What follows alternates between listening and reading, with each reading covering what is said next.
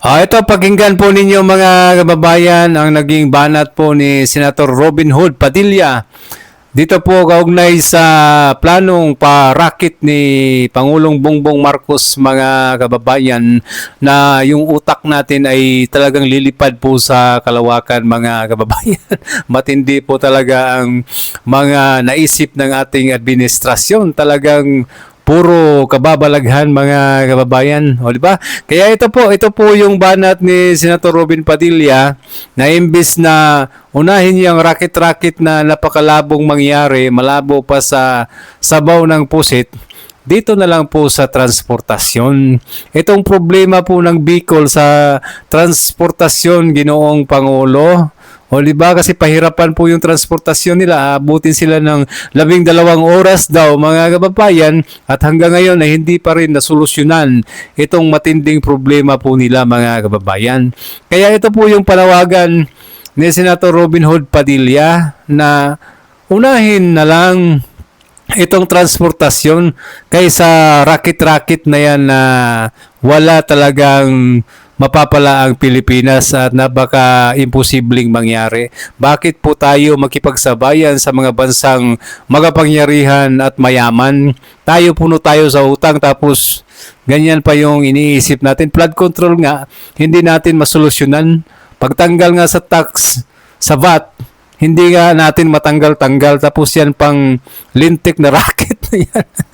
Ito po, pakinggan po ninyo mga kababayan ang naging banat ni Senator Robin Hood Padilla sa racket ni Pangulong Bongbong Marcos mga kababayan. Ito po.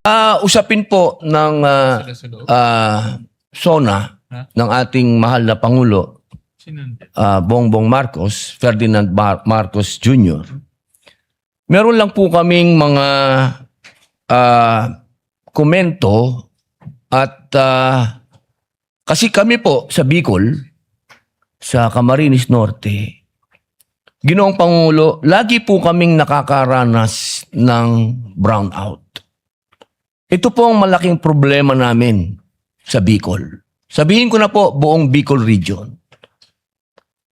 Kasi yan pong grid, naandyan po yan sa Sual, Pangasinan. Doon po nanggagaling ang energy, ang kuryente. Binabato po yan, dadaan sa maraming lugar bago makarating sa amin sa Bicol. At kapag nagkaroon po ng suliranin, ang mga power plant na yan, ang unang-una pong nagdurusa sa brownout ay kami sa Bicol. Kasi hindi naman po ma-afford ng mga namumuno sa atin na ang Calabarzon ang i-brownout nila dahil nandun lahat ang industrial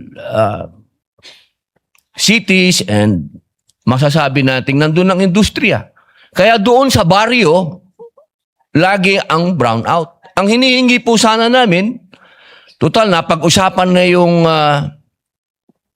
sinasabing system loss, bakit hindi po sana bigyan ng solusyon kung ano yung kailangan namin sa malalayong lugar? Bakit hindi po kami payagan na magkaroon ng otonomiya na bigyan kami ng kapangyarihan sa malalayong lugar katulad ng pag-decentralize o pag-devolve ng ilang aspeto ng energy development.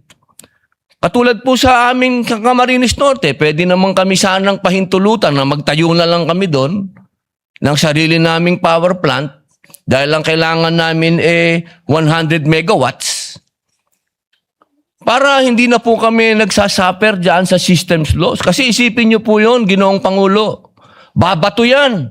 Ang layo ng bato. Nasaan po yun? Kumbaga, bago dumating sa amin yun, ang dami ng systems loss. Kaya sana po, magkaroon po din ng programa tayo o ng mga panukala na magkaroon na po ng otonomiya ang mga malayong lalawigan na kami na magtayo ng aming power plant at sana po nakikiusap kami na yung hinihingi naman ng gobyerno na mga tinatawag nilang requirements Wag paikliin naman po nila. Paiksiin naman po nila. 2014 pa po ng Camarines Norte nilalakad magkaroon ng power plant doon. 2026 na hanggang ngayon, hindi pa rin po kami tapos sa requirement. Ito po yung mga masasabi po natin, Ginoong Pangulo, na pangmatagalan yung mga totoong solusyon na pwede po sana nating tignan. Ngayon po, isa pa po, napag-usapan po yung napakaganda pong plano, yung rocket. Ako po'y natutuwa dyan dahil nung bata ako, ako din po ay tagahanga nung lumanding ang rocket sa moon, yung mga ganyan, yung ito pong kailan lang, umikot yung ano po yan pangarap yan ng bawat bansa. Pero sana po, ang kahilingan ko lang po, bago po tayo makarating dyan, maayos muna po yung transportasyon namin sa Bicol. Alam niyo po, Ginoong Pangulo, hanggang ngayon, 12 oras po ang papunta sa aming lugar. Yung pong train, buti pa po nung bata ako, may train kami papuntang Bicol. Ngayon po, wala na po kaming pag-asa yatang magkaroon na ng train. Sapagkat noong araw po, nung panahon po nung nakaraang administrasyon, nagkaroon po ng plano na magkaroon ng train. Nawala na naman po yan, Ginoong Pangulo. Sana po, mabigyan natin ng atensyon na bago tayo mapunta sa rocket, magkaroon din tayo ng bullet train. Alam niyo po, sa Indonesia may bullet train na. Ito pong mga ganitong pangarap, kaya po nating abutin. Kagad. Ito po yung gusto natin na maibigay sa mga katulad po namin na nasa malayong probinsya. Isa pa po, Ginoong Pangulo, narinig ko po kayo. Ito po yung unang narinig natin nung 2025 SONA. Yung patungkol po sa FOI, yung patungkol po sa fake news, yung patungkol po sa pagbibigay natin ng proteksyon sa kabataan sa pamamagitan po ng sa inyo ko po narinig din yan, Ginoong Pangulo. Yung mga kabataan po kung po pwede 16 pababa, wag na po nating pabayaan na gumagamit pa ng social media. Ito naman po practice na sa ibang mga progresibong bansa.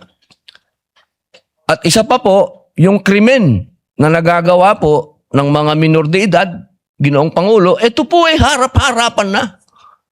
Kaya sana po, kung tunay na gusto nating harapin, dahil lang narinig po natin sa mahal na Pangulo, partner niya ang komunidad sa pagharap sa krimen. Paano pong magiging partner ang komunidad kung wala po tayo mga batas na susuporta para maging kapartner ang komunidad? Yun lamang po, Ginoong Pangulo. Maraming salamat. Ayan, napakalinaw po mga kababayan. Kaya grabe po. Ginawang katatawanan po itong plano ng ating Pangulong Bongbong Marcos. Gaya po ng post sa Facebook ni ex-Congressman Kiko Barsaga, mga kababayan. Ang sabi po niya dito, support ako sa Rocket at Space program ng Crocodile Farm. Naku po, mga alien na lang nakawan nyo, wag kami. O, di ba? Support daw po siya kasi yung mga buaya ay ipapadala na lang sa space, mga kababayan, para hindi na po sila makapagnakaw sa Pilipinas. Doon na lang kayo magnakaw sa mga alien para malilintikan kayo. Kaya pabor si Kiko Barsaga, mga kababayan, at napakarami pang mga nagkomento patungkol po dito na nagmumukhang ingot po talaga yung Pangulo po natin, mga kababayan, pagdating po dito sa isyo sa kanyang planong rocket, mga kababayan. Nakakahiya po ito. Mangarap, pwedeng mangarap, libre ang mangarap, pero wala Ang isang presidente na magbigay ng ganitong klaseng pahayag ay nakakahiya po mga kababayan kasi malinaw na malabong mangyari yan, Pangulong Bongbong Marcos. Kaya kung ako sa'yo, pakinggan mo na lang ang hinaing ng mga tao. Transportasyon yan ang pangunahing problema ngayon. Napaka-traffic po ng bansa, mahal ang bilihin, mataas na kuryente, mahal ang gasolina, napakarami pa pong problema mga kababayan. O, di ba? Kaya huwag ka nang mag-isip ng mga bagay-bagay na puro puro katangahan.